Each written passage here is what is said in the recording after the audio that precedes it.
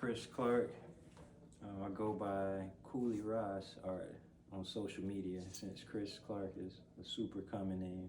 Mm-hmm. It's a bunch of them, and a lot of them actually happen to be artists. Kind of weird.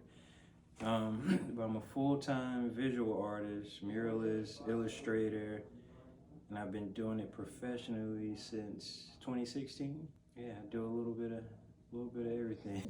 Before then, I was doing art and music, so I was trying to pursue both, and I wasn't really getting anywhere because I wasn't like putting all my focus into one area. So 2014 is when I decided that I wanted to do art. 2016 is when I left my last, full-time job. Yeah. So like every job that I've ever had, people always are like, you should be working at Disney, or you should be doing this or doing that. And so 2013 was my first time applying for Art Walk downtown. I did it twice. And so I skipped a few years. And in 2016, I wanted to do it, but the job that I was working at, my schedule prevented it. I worked every art walk from like 2:30 to 10:30 at night. And so I applied to show work at an art walk. I think it was October's art walk of 2016, and I got accepted. But I couldn't go because of work. But when I went down to meet the people, they were like, well, instead of just like showcasing a few pieces of your art, what if we do like a whole solo show for you? And so I was like, I'm gonna miss like a solo show, but I'm gonna be at work. And I thought not too long about it. It was a very quick decision. Yeah. And I was like, no, I gotta leave this job. And so we didn't do it that October, but the following month, I had like my first solo show. Yeah, it was amazing. It was a bunch of random work, just like whatever I had created, but it was like the beginning of this journey, and like, it's been up ever since. So I got into murals kind of by accident. Like it was never something that I like wanted to do. It was like never a goal of mine, an art goal or anything. But I had a friend who was opening a shop down on Main Street, and he wanted me to paint the front of his shop. So that was like my first mural, but it was just like colors. It had like some silhouettes of bamboo on there. And then from there, another friend who owned a dance studio saw that. He was like, well, I want you to put some of my dancers up on the wall. So I did that one. And somebody else saw that one, and it's kind of spiraled to where it is today. And I guess I'm a muralist now. I like murals because it's kind of like an outdoor gallery, and it's accessible to everybody.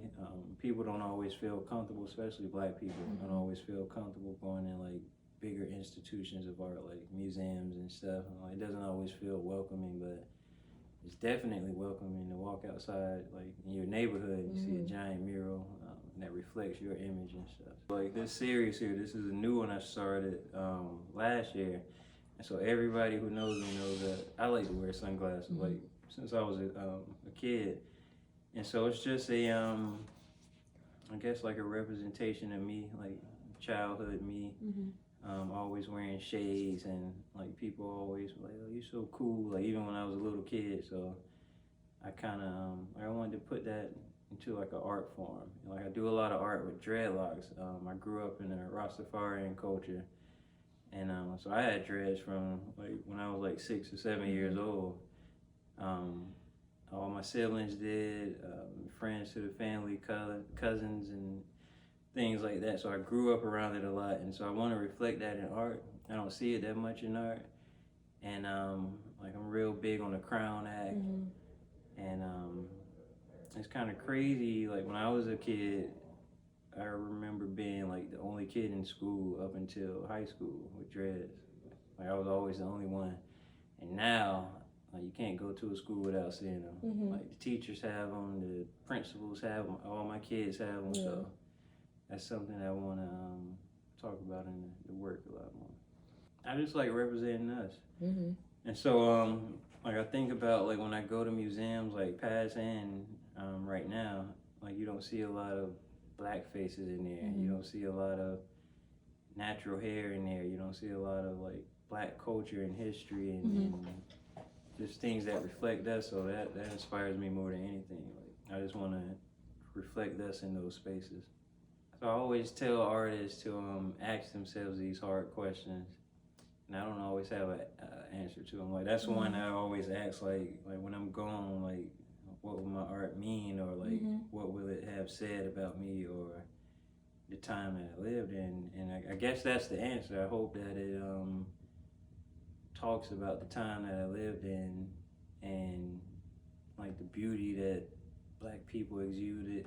And like especially in this time, how we're getting more into like our natural hair and a lot of people are wearing their hair in the workplace and I don't know, but like I just want to reflect us and just show the importance of that. Like when I was growing up, I couldn't name like any Black artist. So I guess like as far as legacy, like I want to be that Black artist for like future generations that they can know and see and be inspired by. So I think it plays a very important part. So I just did one recently that's been making its rounds on the internet in the Brentwood neighborhood, also known as Pearl World, when you cross over a certain point. In that neighborhood, it was very bland, a lot of just a lot of buildings that like are not being used, a lot of vacant areas. I think that mural brought a lot of life to the community, and it brought a lot of pride to the community. Like the neighbors would come out every day and watch me as I paint and ask questions, and it brings them pride, seeing people from outside the community come in just to see the mural. Like people want to come to Pearl World, and they're not trying to gentrify it. So I think that it boosts like morale, and like just if you could have had a bad day at work and then you come home, you see this big beautiful piece of artwork, like it changes your whole mood. Like, that's what art has the power to do. So most of the places that I painted, they were commissioned by like the owner of the building. So the one in Brentwood is actually owned by my friend Jay Harris. It's actually the outside of his church. And so what he's doing in the community is trying to not just like have a church there that's only open on Sundays, but he wants to also use it as a space, kind of like a community center, like where people can come and like learn trades and kids can come in and do like art activities and things like that. So it's more than just a church, and they're trying to do that along that whole street, just create businesses back in the area, a lot of those vacant places, and just bring life back into that area from us though, because it's near gentrification. Like it's literally right down the road. But I do get creative blocks. I just posted this on Facebook. My friend was talking about creative blocks, but I don't know, it was a documentary or something I was watching, and the guy on there was like, artist block is not real.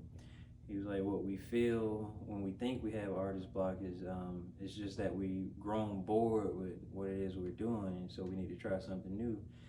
And so what I do, I just try something new. So like in here, I got acrylic paint, oil pastel, ink. I beat up my old spray cans. I painted on a Kool-Aid picture. So I'm always trying something new, and so that keeps it fresh and keeps it fun. I think I'm more of a jack of all trades, and I think that's my mastery. Like some people are only really good in one thing. I'm good in a whole lot of things. Not like a master, but I'm good enough in a whole lot of things. The most rewarding thing, probably working with young people.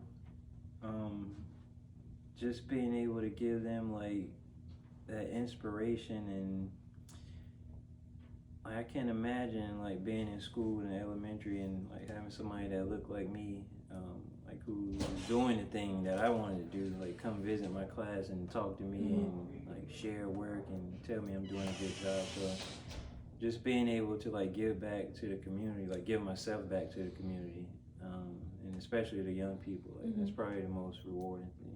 So I teach more not like skills or techniques, but like there's a lot of aspiring artists here. I'm always sharing opportunities with them, things that I think fit what they do, like apply for this or sign up for that.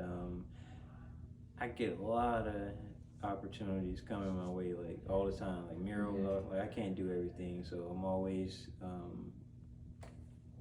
sending that stuff to other artists. Like, hey, I think you would be good for this mural opportunity, or like somebody wanted me to paint their food truck, but I'm too busy. Like, let me give you this opportunity.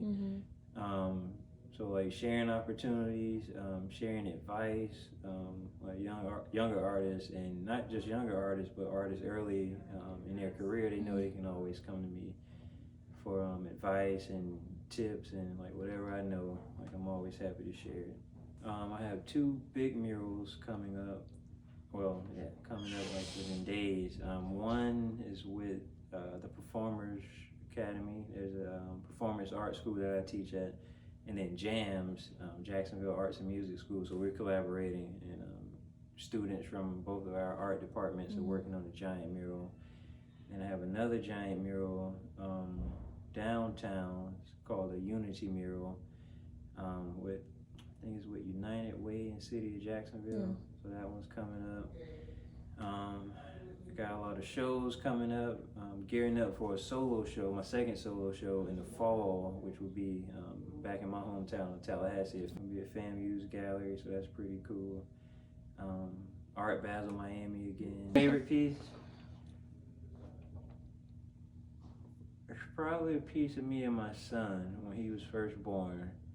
And that's my favorite piece because he was born in 2020.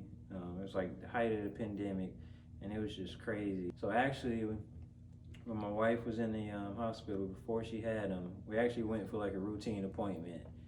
And they were like, oh man, she's having these complications, we're gonna have to keep her. And so we stayed in the hospital for like a whole week.